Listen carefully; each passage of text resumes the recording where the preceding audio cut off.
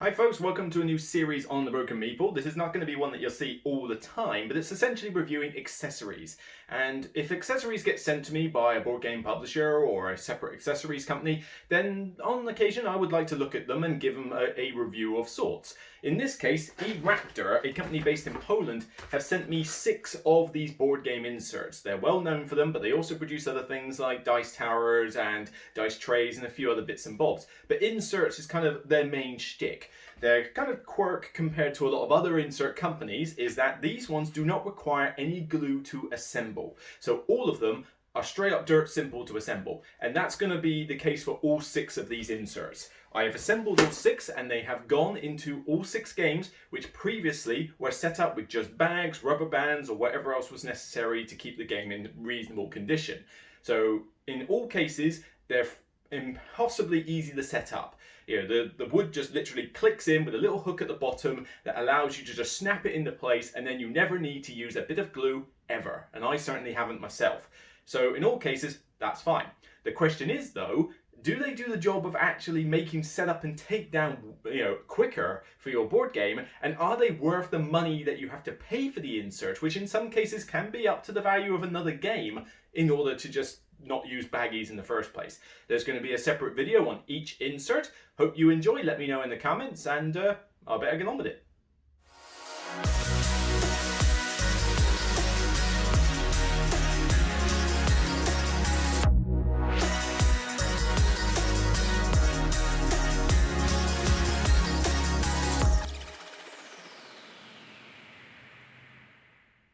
So for the first game, I'm looking at This War of Mine from Awakened Realms. This is a huge thematic game about trying to survive the horrors of war. You and some survivors have to scavenge for food, items, weapons, anything that you can do in order to just stay alive. It is hard as all get out. I mean, you need house rules to make this not like crazy difficult. It is insane.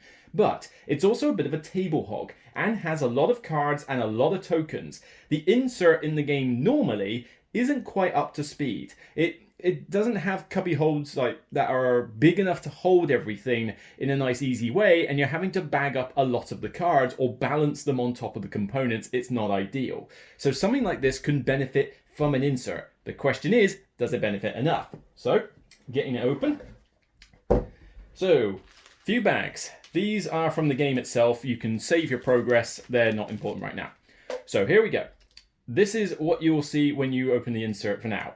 The diaries and the various scripture books are the first thing, which will slot in this area here, along with any envelopes you haven't opened. Yeah, tell me about it. It's hard to win these things. But the diaries with the scriptures in there all sit in this part. Nice and snug, actually. I mean, just be a little wary of the corners. But other than that, you do have to be a little bit careful with it because it might be in there so nicely, so snug that you got to pull it out. So, but then it doesn't damage your books too much. So all those nicely in there. Once you get past that, then you're into the wooden inserts themselves. And for here, it does a pretty good job overall. The one annoyance that I do have is this. This is the tray that holds your status tokens. So the hunger, misery, wounds, illness, the things that you have to put on your characters. This is not ideal. Essentially what you get is a few little cubby... This is where I can see, it's annoying. Here, you can see there's this little cubby hole here, and you get more of them as you go through. Each one is meant to hold the various tokens by colour. The problem is you can clearly see that you will have more tokens than the height of the thing. So you're thinking, well, okay, don't put it horizontally like that then, put it vertically. Unfortunately, that doesn't really work either, because as soon as you put them in, like so, which is it works up to a point. It's wide enough so you can do that, but then one has slipped down there to try and hold it in, and the rest have stood up. So you can grab these ones, but then if you want to grab that one, you can't get your fingers in there. But if you just store them all vertical, so that there is no gap, there's obviously too much space. So now, they've either got to be slid down like that, which I guarantee they will not stay that way when you start taking the tokens out, or they've got to stand upright, in which case they'll just fall back down anyway.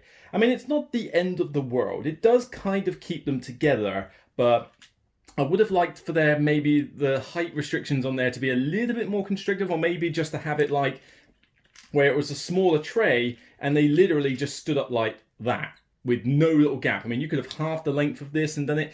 This is my one niggle that I'm having with it, but it does keep it all in one place, so it's not, the end of the world. So, okay, on to something that's a bit more improved though with the insert. You have some various trays. Now, this is a very simplistic design. I mean, this is just 4 like trays in there. And you've got an L-shaped tray here, which is all one piece that can hold everything else. And the most important part is this tray. This tray allows you to hold a huge quantity of tokens nice and easily, and do it by color. So the greens, yellows, reds, and grays can all have their own little tray. The water, wood, and components, the little plastic things, can have their own tray. And then the big tokens like board ups, cold tokens, the letters, the colors for the players and that can all have their own tray as well. Now, in terms of storing this in general, the game description on ERaptor says it will hold the This War of Mine expansion and the base game in this insert. And it does just. What it doesn't really tell you, though, is that it claims that you can do sleeved cards. Yes, you can do sleeved cards, but if you do sleeved cards, they will fit, but you will not have enough trays to hold all the cards. These cards are not meant to be in this tray with all the miniatures. This is meant to be its own miniature tray, but I have to squeeze the miniatures into this part here in order to put the remainder of the cards that are sleeved there. Now, if you don't sleeve your cards, you'll have more than enough room. Won't be a problem. They'll all fit in these trays perfectly fine. I want to sleeve these cards, though, because you use them a lot in the game. So therefore, it's a bit more of a niggle. It's a niggle with the design, but I've gotten around it and it still works. So unfortunately, you will not be able to have a separate tray for each type of card. That would be physically impossible, I think, for most inserts. Not to mention quite unwieldy to put in the box. So with this, simple tray, nice and easy, bunch of tokens. No problem there. With this tray, this kind of just holds everything else. It's kind of like a jack of all trades one. This big one here can hold the various tokens that are specific to scenarios as well as the dice. This is another card tray effectively, of which I use it to hold the cards that are for specific scenarios. Like I just did the side-by-side scenario literally just now before doing this video. Lost. Everyone got miserable and died. But, it's a good one to keep the scenario-specific ones out of the way so that you don't have to mix them up with the rest. The hobo tokens, the resident tokens are all there, as well as the blank tokens you can use for here. And this tray very nicely holds the sewer maps tiles that you use for one specific module, which if you never use the module like I haven't yet, then you don't really have to care about using that tray. At least it just kind of holds everything that's not as important in the game. Now, when you get down to here, you have the cards and the miniatures. And the miniatures will all squeeze into there, and that's including the cat and the expansion miniatures with the extra ruffians. But the rest of it will essentially be these cards. Now, there is a little finger hold that you can get down and try and squeeze them out, but you are going to have to make a few attempts to get them all if your cards are sleeved. If they're not sleeved, as again, you won't have this problem. But sleeved, yes, you will. And this is with Swan King sleeves. No, Sleeve Kings, that's what they're called. Sleeve Kings. They're the ones that I use, and they seem to work pretty well. You might have better luck if you just use the basic sleeves, but frankly, why are you doing that? So here, findings, characters, locations, chapter objectives, and the rest of them have got things like fate, night raids, the pillows, everything like that. So, if I take this out, you can take the whole tray out. It won't break, don't worry. Hold it with 2 hands and you'll be just fine. So I'm going to pop that over here.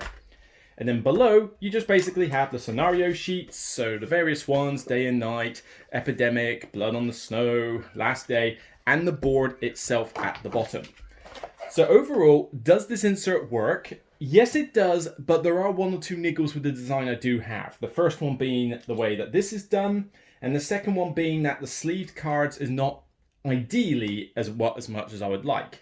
Now, this will definitely not hold the second expansion. Not at all. Not going to happen. The Days of the Siege one, you're going to have to accept that that's in its own box. But with this ERaptor insert, you can hold everything from the expansion and the base game in one box without the lid lifting off. You know, I hate it when that happens in games, and it does a decent enough job. Really, the main thing is the fact that you've got the cards all nicely stored, and the fact that you can literally just take out those two trays and have them next to you, and there you go, all the tokens are quite handy. Is it a vast improvement from the base game? Not as vast as it could have been, but I think it's still pretty decent. And if you're a lover of this game like I am, and you get it out quite often, then perhaps you're going to want to think about this insert. So that's it for me. I'll see you on the next Broken Meeple insert video, and regardless of whether this is for you or not, remember, it's still only a game. Take care. I'll see you next time.